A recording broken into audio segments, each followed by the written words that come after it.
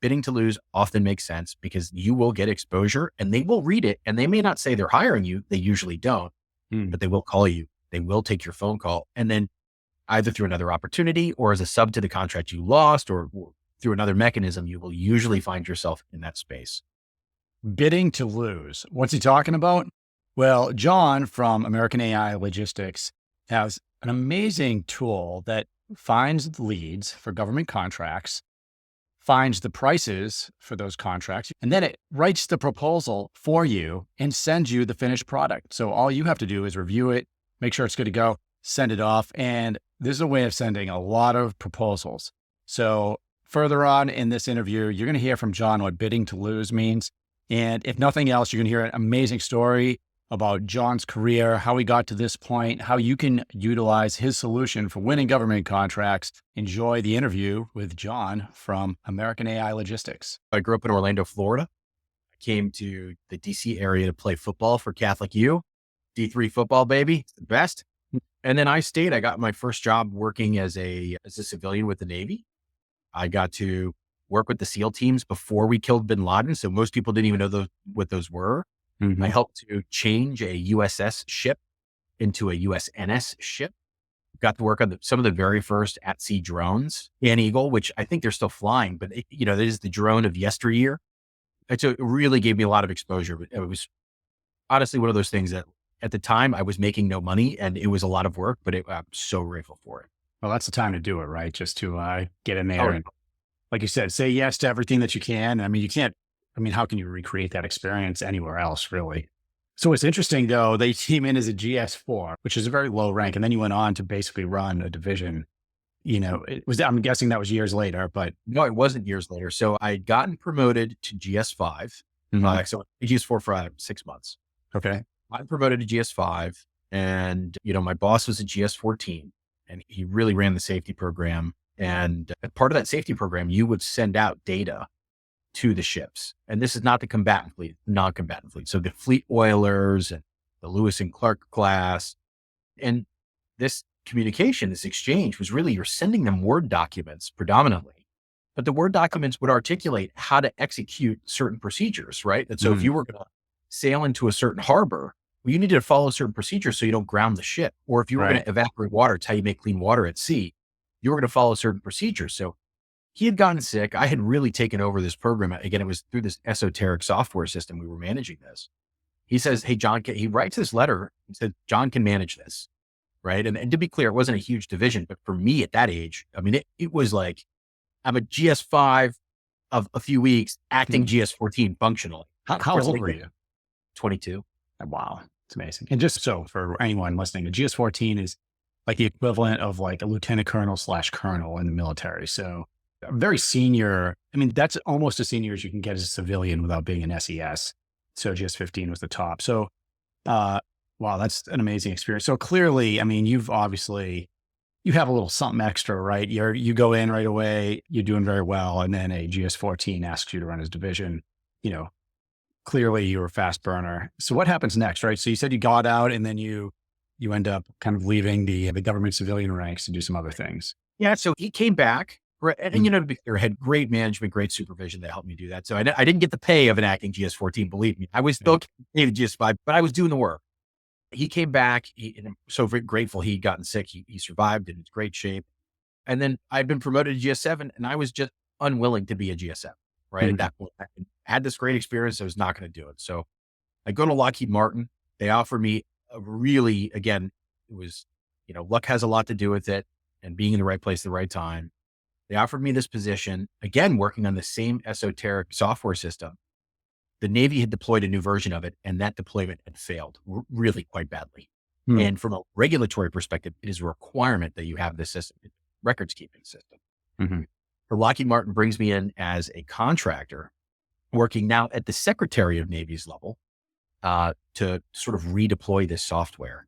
And at the time, it was the world's largest deployment of a records management software. So between the unclassified network and the classified network, and more than 300,000 seats. Now, believe me, it was a tiny fraction of that people were actually using it, but it was on their computers. Yep. And I went through about a 2-year evolution, sort of redeploying that software out to the Navy network. Very cool. That is interesting. So you got a lot of experience there with Lockheed. Also kind of working it from the, I guess, the defense contractor perspective Yeah. in a sense, right? I mean, because you're working for a defense contractor, you're getting to see everything that they have to go through, to um, probably not only get it on contract, but implement it, right? Which is really important. Yeah, I would say the two things that really was a change for me in that position, it was my first exposure to super senior leadership. So I was in the CNO's office. I was in the Secretary of Navy's office. One time I got to sit in the chair of the Undersecretary of Navy. So he was leaving his office and they'd set me in there and I got to sit in his chair at Pentagon. I did a Nice. couple of donuts in the chair. I was not supposed to do that, but I felt that I needed to do it. Yeah, of course. But it gave me exposure there. And then the second thing, it was the first time that I learned the business end of DoD. So the Lockheed Martin contract, and this was very much the redheaded stepchild task order on a much larger contract that was based out of Tennessee. So I started learning the machinations of how contract gets executed, how you're interfacing with clients to make sure that those things are shaped the way Right. you want them to be shaped. So it really helped me. Oh, wow. So when did you, or how long did you stay at Lockheed for? I was there for another couple of years. Mm. I wanted a big promotion and they basically told me, no, you're too young.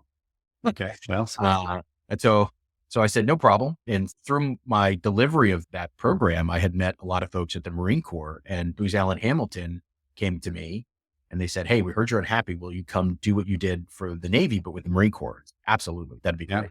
And so I ended up going over to Booz Allen and I had another, really wonderful run there. Awesome. Which one did you like better? Between Lockheed and Booz Allen or between Yeah. Navy and Marine Corps? No, between Booz and Lockheed. I absolutely preferred Booz Allen.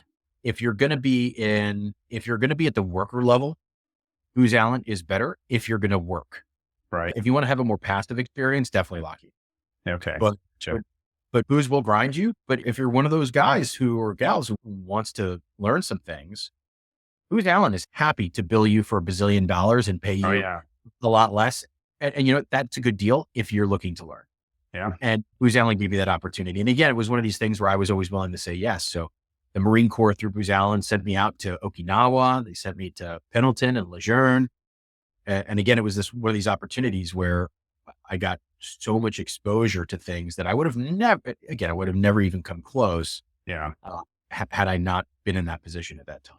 It's a great experience. I mean, you're so young too, going into it all that, I would imagine by the time you were 30, you probably had a really good lock on what was happening. And Booz, just from my perspective, they were a core part of my team. They worked with my military and government civilians, whereas Lockheed was more, I would have them on contract to build something, but I would go to their facility to get updates. They would come to me to provide an update, but they weren't necessarily in the government building. Like you're saying, they weren't sitting in the seats swiveling around and necessarily. So really interesting. So, okay. So Booz Allen to Lockheed to Booz, they're two of the major players in the defense industry. What happens next? Well, so that my career really took a turn at that point. So I was with Booz Allen, and one of the things I said to them on my first day, that so Booz Allen, you got to go through indoctrination. At the time, I think there was like a four day class, and then you meet sort of your manager. It's almost like the Sorting Hat, Harry Potter, right? Your manager shows up. It's like, okay, I'm your manager. Right. And I said to this guy, his name was Paul. And I said to him, I was like, I'm going to do a lot of business development. And at my level of seniority, that was not a requirement and certainly not an invitation. But I immediately started to go win business. And so I had actually gone back to that Lockheed contract where they wouldn't promote me. And that came up for recompete. I took that contract back. Nice. I took that contract back, which was great. I went to another PMW on the Navy side. I ended up building a small business there.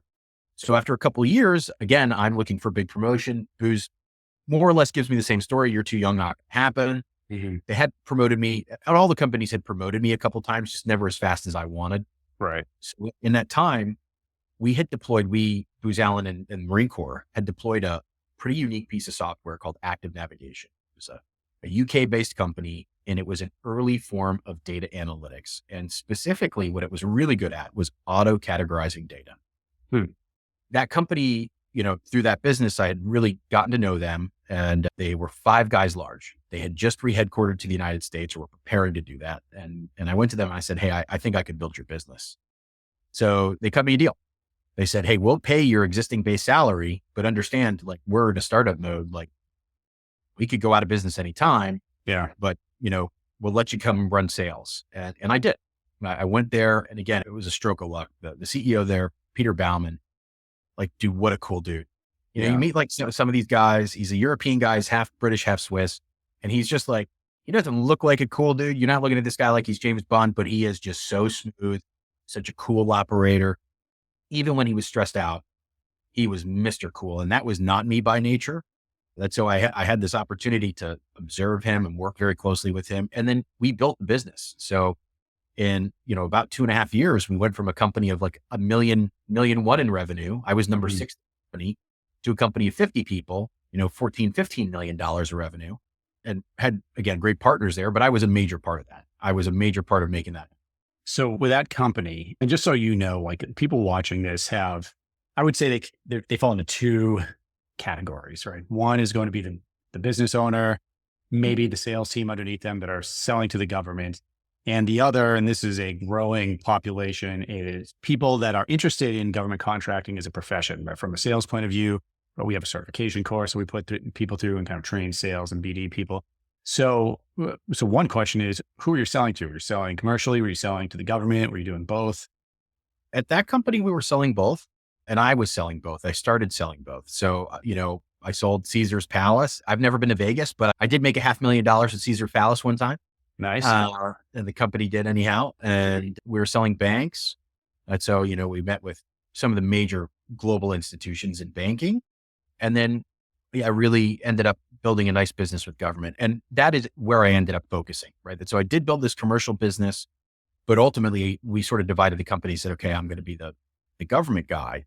Mm-hmm. And, how I did that, how I focused there is 2 things. One, I tied everything I did back to a regulation. And so I found a listed requirement and I married us to that requirement.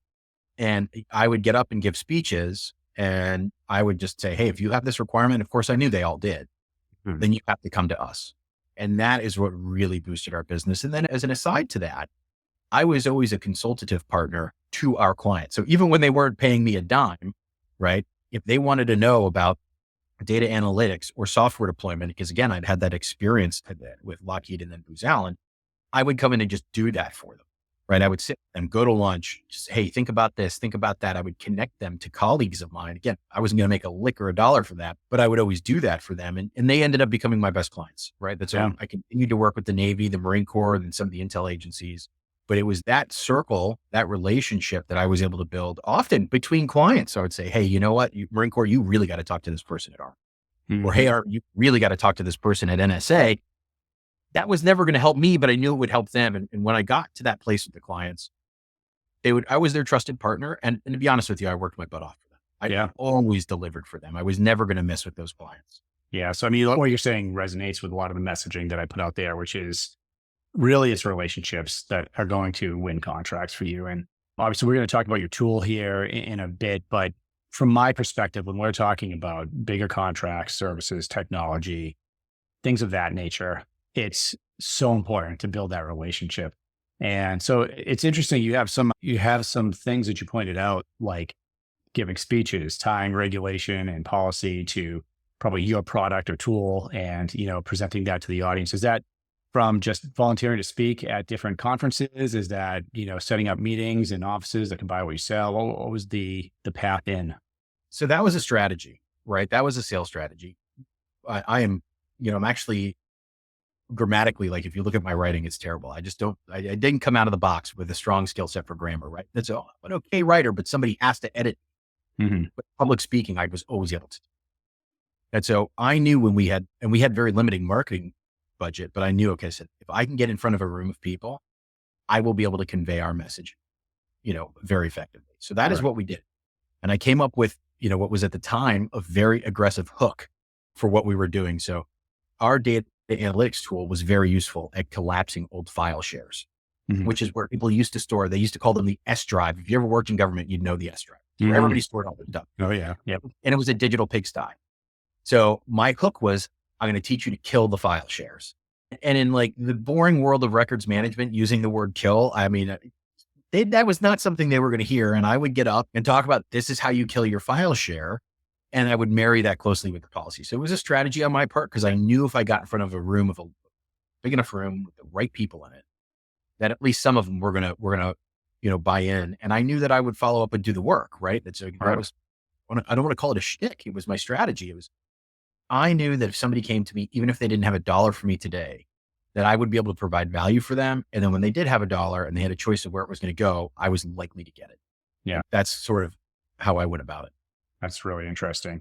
Yeah. Making something that is what I would say inherently not interesting, right? So when we're talking about anything data, database, data platform, data science, AI, I mean, AI is a buzzword right now, but when we're talking about ones and zeros and all of that, unless you're like a data scientist or an engineer that focuses on that, you're not going to talk about, the real, like, hey, no one's going to get really excited about data at rest, right? Or vulnerability testing. But I think it's interesting that you came up with a way to make it a little bit more appealing, or maybe to grab their attention and relate it maybe to the average person that's going to see you speak.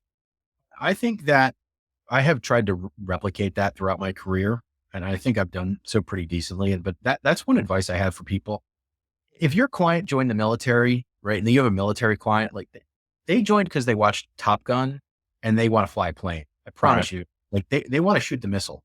No admiral, no general joined the military because they like want to talk about the palm cycle or they care about some esoteric regulation. Like I promise you, like they'll do it because that's the requirement of the service, but they hate doing it. Yep. Right? They hate it. And the ones who like it are so few and far between.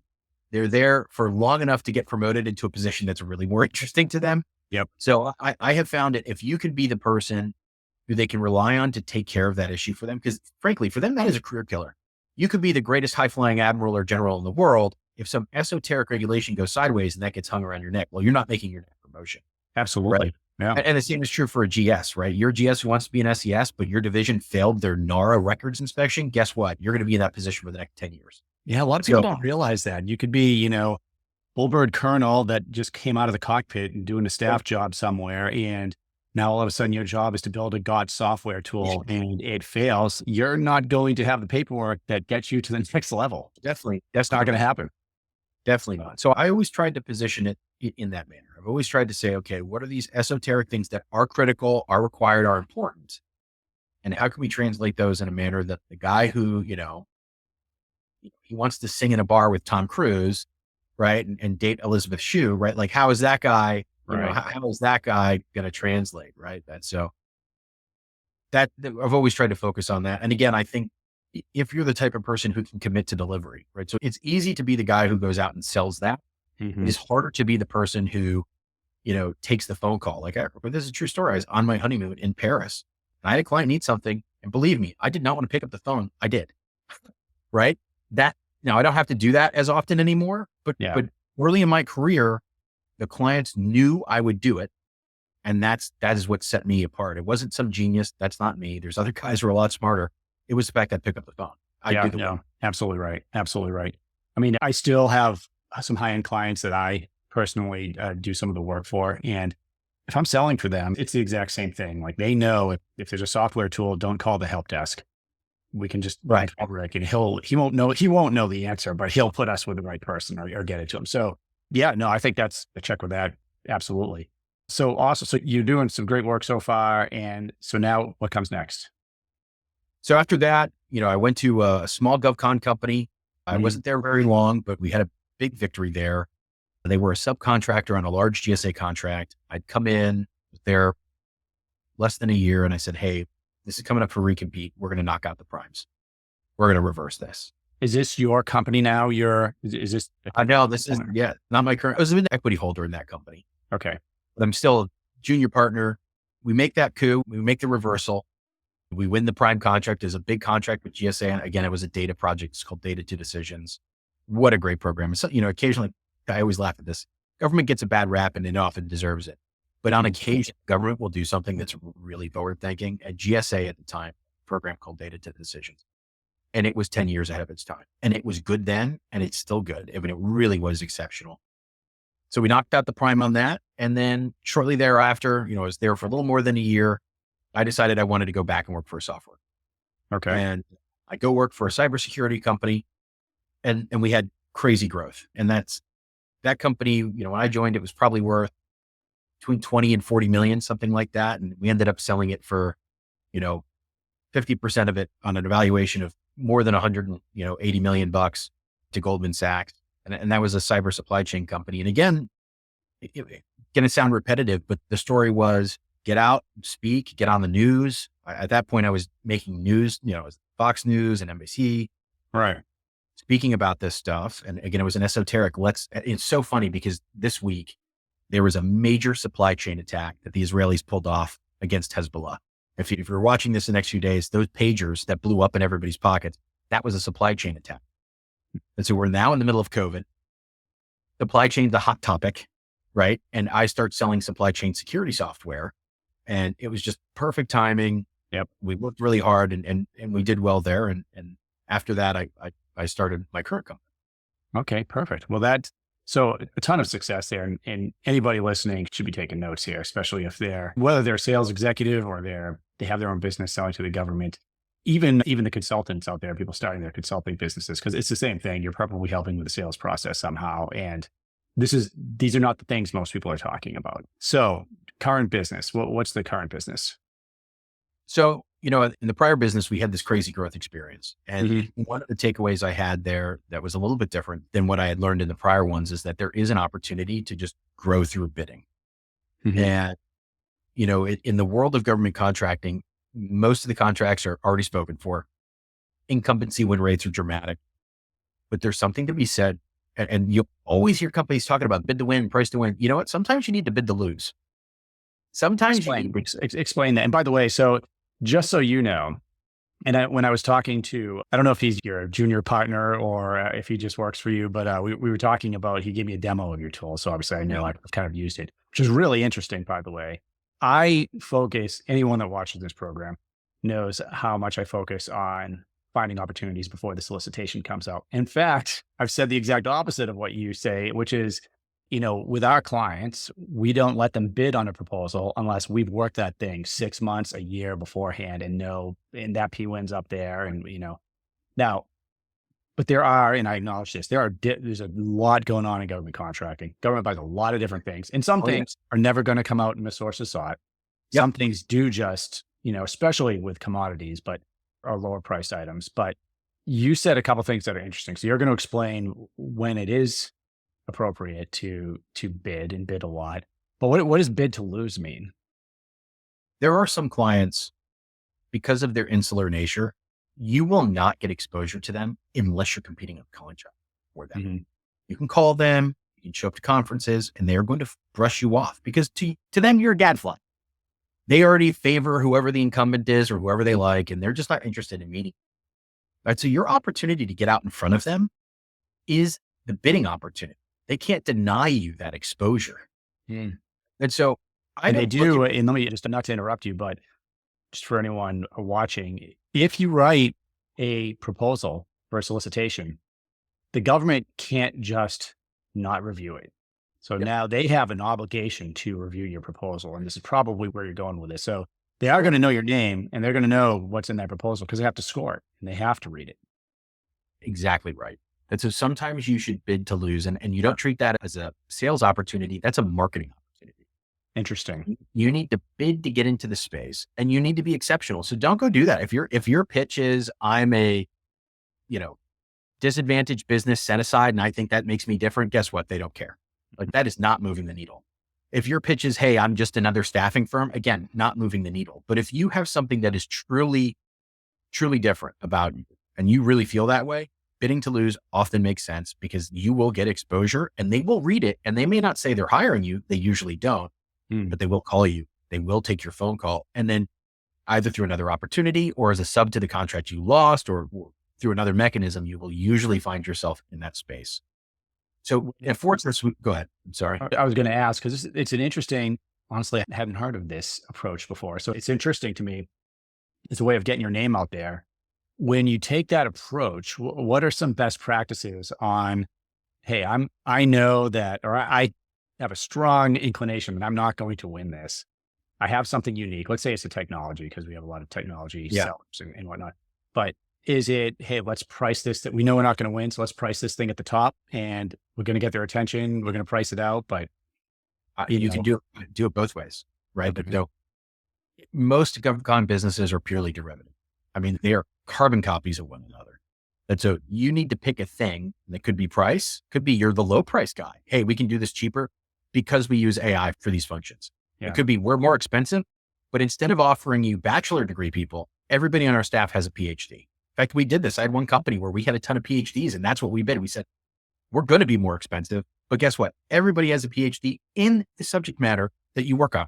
Mm-hmm. And that will turn somebody's head. They're usually not going to use PhDs for their lower level staff, but when they know they have access to somebody who has, 2 PhDs in data science, and then they have this specialized program, they're going to come to you because there aren't that many, experts of that nature around. It's true. In the technology space, what we're doing is we're basically, and again, that's where I prefer to be.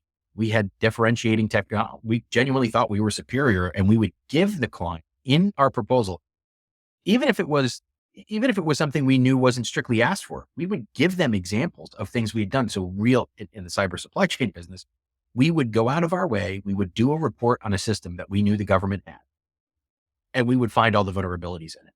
And we would say, well, just in case you have this, Cisco switch, or just in case you have this router, here's a list of every vulnerability we found. And oh, by the way, here's a picture of all the internals of this because we took the device apart. That was not going to win me the contract. Usually it was always going to get me a phone call. It was in a real sales process. Yeah. I mean, often when you're anything like that, where, tech related, cyber related, I ran a rapid technology development branch, which, hit and tried to tackle things like insider threat, here at Hanscom with MIT Lincoln Labs and different things like that. And I had an entire staff of engineers. I had probably 40 plus engineers working with us. So any proposal that came in, I mean, immediately the engineers were going to take it and have, they were going to have to chew on it. But if you gave us something where you took one of our systems apart and did a breakdown on it, an analysis, and we're pointing out vulnerability, there's no question the chief engineer would be coming in with that report saying, hey, did you see this? And that was the strategy. So that was the strategy on sort of bid to lose. So we had this experience. I then started my current company, which ostensibly uses AI to bid government contracts. Now, we are not focused on service style contracts, right? The large language models today can help you there, but there's no magic button. But on the product contracts, right, where the government is buying toilet paper, hand soap, bullets, sounds selfish, but I genuinely believe that this is the future of the industry. Because I now have a bot looking for the opportunities, reading the opportunities, pricing the opportunities, writing the entire proposal, and filling out the associated paperwork. And all my clients do is review it. Hey guys, we're going to get back to John. It is amazing story and solution in just 1 second. But I wanted to make sure everybody knew that right now, if you go to GovClose.com, you can get certified in the government contracting process, and you can use that certification to start a consulting business, which we walk you through how to do step by step. You'd be helping companies that are selling to the government, helping them find leads, write proposals. So what are different things that you can do in the government contracting world to generate wealth for your family? And it's really a blue ocean. And what I mean by that is if you truly understand the government contracting process, you're going to be very valuable either as a full-time employee, as a consultant. And for companies that are watching this, you can hire our GovClose advisors. This program has really been taken off. And I want you to know, I personally train and certify each of the advisors that come through our programs. Head on over to GovClose.com if you're looking for a full-time employee or you're looking for someone just to do a freelance project for you in the government contracting space. Now back to John. And that means if you're a one-man band, instead of doing 1 bid a day, you can do like 15. Well, and that's, writing proposals that's where the work is. It's a ton of work to get one that actually, looks normal. And when you're talking about that too, so there's this, I guess you could call it a strategy. I kind of vomit inside my mouth a little bit whenever I hear it. But so there's a lot on social media about this middleman approach to contracting, right? And it takes maybe a similar bent, but it's not really what they're preaching. And by the way, I'm not saying everyone that it's a catchphrase. A lot of people are using it to get more views. I think I used it once. I said like middleman sucks or some middleman's bullshit or something. But what a lot of them, what they're saying is, hey, take these big contracts. You can just, find a solicitation on Sam.gov. You don't need a company. Go match it and write a proposal and send it in, and you're going to win a contract. And, what I tell people is, look, I'm not saying you can't win a contract that way. You can, kind of depends on what you're bidding on. A, you're probably going to have to write a lot of proposals. B, to see any results from that, which is what your system kind of helps with. And by the way, like I've had some of the biggest proponents out there about this strat, because it's kind of like they're kind of promoting a get rich quick. And there's nothing fast about this. And usually it's lowest price and it's a shitload of work. And I think a lot of people get burned by it, even if they do win a contract. But I've had some of them reach out to me and say, hey, Rick, like, what are you talking about? Because they don't have a background in this, right? And they're like, I used to have to write 20 proposals. This is what they told me on a phone call. Like, I won't say the name of the person, but I used to have to write 20 proposals to win a solicitation. And this is for, again, commodities usually, or maybe like landscaping services, something like that. But now it's like, he goes, now I have to write like 50 to even get close. So writing those proposals, if you're going to take an approach like that, and I think what you're saying is that I think you're vectoring it more towards products is what you're saying, like commodity type products, right? Which makes a hell of a lot more sense. But again, generating the proposals that's where the work is. So how quickly does this happen for someone? And, how confident can they be in, like, for instance, you said it does the pricing, right? So if it's toilet paper, right? How confident am I going to be in the price that it gave me? Because if I win that contract, now I got to provide $50,000 in toilet paper to, I need or $10 million in toilet paper. Yeah. So a couple different things in this. And I think to separate service contracts from product contracts, our biggest client by revenue does more than $1 billion with the federal. Wow. And our smallest client by revenue is like a one-man band, right? And they're doing less than $1 million a year. The truth is the win rate between the small one and the big one are not very different. Okay. The big boys win between 5 and 8%, and the small guys win between 4 and 7%. Okay. So the percentages are not that. We're talking about a point on either side. Occasionally you'll see a breakout client, they'll win 12% that year. And usually that is a breakout year. They have some exceptional deal with an OEM. So it is a numbers game, and it is a small margins game. So the guy who's reselling software, he's making 1, 2, 3, 4, 5% is a golden number. The guy who's selling hardware is making 4, 5, 6, maybe 8%. Again, a golden number, very small margin. So in that space, right, the automation is key, right? If I can take you from bidding 1 or 2 things a day per inside sales rep to 10, 12, 15, it's just a fundamentally different game for you. Absolutely. In terms of trusting the pricing, well, that has to do with your OEM relationships. And this is where you see big differentiations. The bigger companies have established credit lines, established relationships with the OEMs. So they're tending to get, if not superior pricing, they're tending to get the same pricing back faster than the small guy who's never done business with the toilet paper manufacturer. But again, the win rates aren't that different because the pricing that the OEMs give out really isn't that different. Yeah. The big guys will have slightly higher margins because they have superior credit. The small guys will have slightly smaller margins. And again, that's all lowest price technically acceptable to win. Yeah. And then when we look at that, we're not just looking at the federal government, we're looking at state, local, federal, a lot of school systems. And it is the boring stuff. It is the boring stuff that makes the world go around. Again, people generally listen. You take the toilet paper out of a high school for one day, I promise you that high school is not going to operate. Look, it is the boring stuff. Absolutely. Get good at the boring stuff, and that's where you want to hang your hat and make some money, right?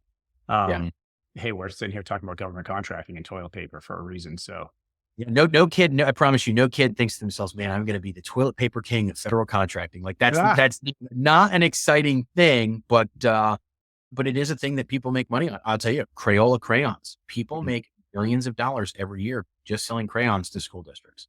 That's all. Kidding.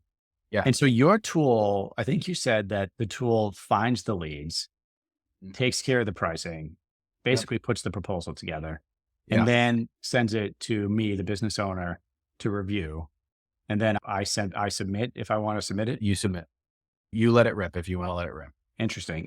But I have to have the pre-existing relationships in place and locked prices in with some of these vendors. So the bot has the capability of finding you online pricing. And we do have clients that do that. I will say 2 things there. One, you're not going to have a credit relationship with that OEM. So you're going to be paying up front to buy those goods. Yeah. And two, you're going to not usually have the best pricing.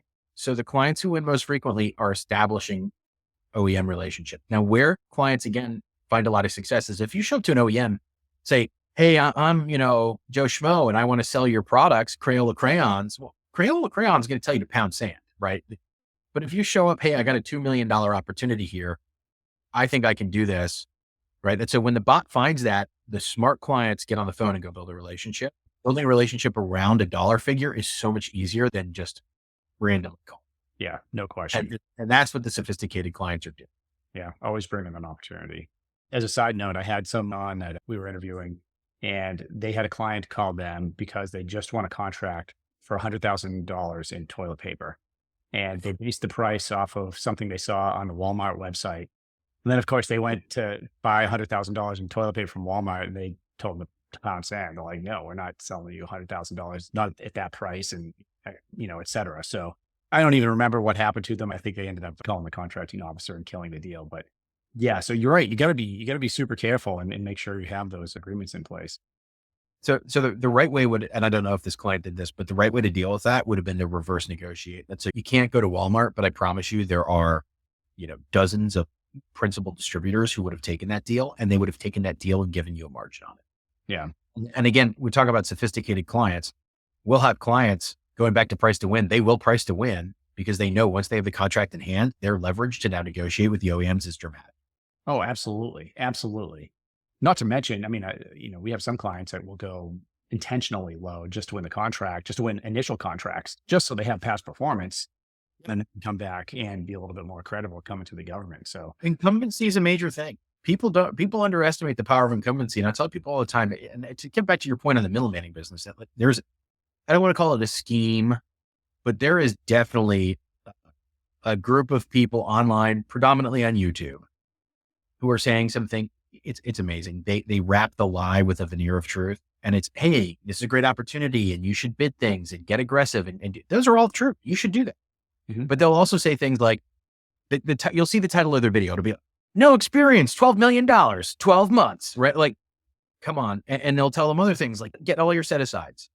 That's what's going to make the difference. And I hate to break it to you, but you could have every set aside in the book, and you could, just wing it until you're blue in the face. And that is not going to make you a business. You might win some stuff. You probably will, but you're going to make no money, and you're going to be in a tough spot when Uncle Sam's angry at you for failure to deliver. And so if you want to be in this, you need to do it as a business. And I'll tell you, we see this amongst our clients. The clients who win most frequently do basic salesmanship. They call the contract officer. So I will have clients who both will do 50 to 100 bids a day using the machine. And the client who picks up the phone and just calls the contract, hey, I'm Janet. I'm from so-and-so. We're bidding this contract. We know we haven't done business with you before, so I wanted to introduce myself. That client wins at a much higher rate than the one who doesn't do it. Oh, because when the prices are the same, when the prices are the same, they're always going to go with the company they've talked to. Yeah. Some folks don't want to do that work. Yeah. I mean, look, you got to have trust and I don't think I ever was involved with awarding a contract to somebody, to a business, where I didn't at least know before the solicitation went out that there was a business out there that could actually do the work. And usually that business was in our office trying to affect the solicitation, develop the requirements somehow. But I mean, even, I wasn't involved with putting toilet paper on contracts. But look, if I was, certainly still the relationship matters, right? If I know a company can do it, if it's a local business and I know they have past performance, I know the person, because again, everyone's got a career they got to look for, right? So what happens to the CEO or the program manager that's putting companies on contract that fail to deliver? Right. Yeah, well, they're not going to be in that position long, or they will be, and they'll never escape it, which is worse in some respects. They'll be there for the next 15 years without a promotion. That's I will say in the product space, contract officers will award to companies they haven't met before, because there are some products that are esoteric. In this country, there are about 36,000 municipal water treatment facilities, and every single one of them is buying fluoride and various forms of chlorine. They're going to buy the lowest price technically acceptable. Well, and let me ask you this too, because I guess to your point, and this is not something we address on our channel very often, just because of who our viewers are, but there are also places that just sell things like products, commodities. There's like Divs and eBuy and some other. Yeah. There's a bunch. So does your tool generate proposals for something like that as well? Yeah. Yeah, absolutely. In fact, that's, for our business is moving in two directions simultaneously. We are focusing really hard on DIBS, NASA Soup to get, so these vehicles that have more commodity purchasing, the old GSA Schedule 70 mass schedule, a lot of that we're focusing. The second development we're making is in helping, and this is still a little bit of a ways out, but we are starting to help companies who are doing more service oriented contracts. And our Interesting. offering there is going to be quite different because you cannot write a good proposal that's purely automated. That will never happen. But what you can do is the bot can help you identify the right ones for you, and the bot can help you to scope them out. Sure. And what we're seeing in the market is there's loads of folks who want to charge you $1,200 a month or something. Mm. And that is just a ridiculous number. So we're moving in that direction a little bit. What we feel we can offer that's a little bit special is what we call Historian. And that's a program, it's in beta. We're using it with some clients now, but Historian helps to predict both when the government is going to buy something and winning price is likely to be. And that's interesting. that is proven to be very efficacious on the product side. But so, if the government buys, this wing nut for 25 cents a wing nut, and they buy 2,500 of them every February, you can reasonably predict that this February they're going to buy that. Now, there's a more to go into it than that because the government doesn't buy at a steady rate. It would be great if the government bought like this. That's not how it works. But the same is true also on the service contract, right? And so, if there was a 10 FTE, contract with the SecNav doing IT, and that was released 4 years ago, well, the likelihood they're going to re-release that is quite high. Yeah. That is not going to help you to just win a random contract. It will help you to say, okay, I need to set my BD folks to go meet the IT and the SecNav. Sure. Office. I mean, like a GovWin IQ will do that on some opportunities if they're tracking them, which of course GovWin IQ is also really expensive. But it's usually not giving me an idea of the price. I mean, not as I take it with a grain of salt when I see. So, and there are other tools that do something like that too. But yeah, there are other folks there. Our view of this isn't that end of the business is the most exciting. Frankly, the most exciting part of our business is the product side, right? Yeah. Because like I said, we believe fundamentally we're the game changer. In 2 years' time, if your company is selling hardware, software, or hard goods, and you're not using us, or if there's some equivalent at some point, I don't think you'll be a successful business. Yeah. That we just draw down the cost so much. It's not even close. It sounds like you'd say, I mean, just on the team of people you'd have to hire to generate that much, I don't even want to call it content, but proposals. I mean, look, somebody who's writing proposals, who's writing white papers and sources sought and requests for information. Like, I don't know if it's going to go there at some point, the tool, but anything that can, and you're right, AI doesn't do it. People know if AI writes something like that, it can give you it can help you out in certain areas, but yeah, a tool that can really cut down on that and start linking some of it, finding the opportunities to go after, doing some of the writing, so helpful. So that's on the services end, that's really into next year. We're going to look to go there, but we are going to do some of that. But again, it's wrapped around this veneer of data, right? There's a dozen different companies that are available right now who will pull something from Sam.gov and have their ChatGPT pass through and they're going to wing it. That's not interesting to me. What's interesting to me is we've collected some past award data and we can rough out what that client's going to need. And we can give you the opening brush and not at some crazy price. So again, we're very transparent. We do what we do for $25 a proposal. Right. That's you have companies who are spending, so you have companies who are spending, 8 or 9 man hours or 200 man hours to bid one product contract. Right. And that was costing them hundreds or thousands of dollars. And now they come to me, it's 25. So even if they disagree with the bot, they want to make a change, right? It's a 10-minute ordeal, right? Not an all day experience. And I think that's where this is going to go on both sides, product and services. Now, just one more question, just to get a little bit more granular on my end. So you kind of separated services and products, but we were kind of talking specifically about lower price products like the toilet paper and the whatnot. We got services on the other end, but then there's also very high end products, I guess you could call them.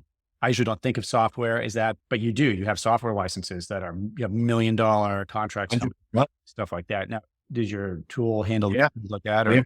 Our biggest clients, that is where our biggest clients are. Our biggest clients are names that you would know. I can't share them, but you would know them. They're the big boy VARs, right? and they are now using us to do what used to be called bid board work. Mm-hmm. They're now using us to do that bid board work. Oh.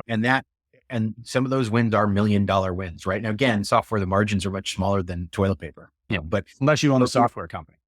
Right. Again, but again, then you're not selling, you're not a VAR, you're an OEM, right? The VARs, you know who they are, show up at a big conference, says that is the future of that business, because it simply doesn't make sense. The margins are very thin. The need to respond is very high, right? And the more you can squeeze there, and I equate it to the ATM. If you look at the advent that really came out in the mid 1970s, mm-hmm. The ATM did not cause a contraction in banking, and actually it didn't cause a contraction in bank tellers. The ATM caused an explosion in the number of banks because the ATM allowed banks to be more profitable per unit, right? Mm-hmm. So there were, I can't remember the exact number off the top of my head, 500,000 tellers, in 76, and there's about 500,000 tellers now. It's just that there's 20,000 more banks. Right. That's what's going to happen in the VAR space. What's going to happen in the VAR space is more AI comes in, is that VARs will have to differentiate either by driving their costs lower, which is what we're offering, but also by having specialty salespeople. So I really understand Cisco, or I really understand Dell. So you're buying from me for the same price as the other guy. But when you have an issue, right, it gets back to what we started with. When you have an issue, I actually know how this stuff works, right? So you have actual service. It's a real value add. Yeah. And I think we will see that transition. It will take some time, but over the next 5 years, that's where this market's going. You'll see the big boys do better, and you'll see the small guys do better.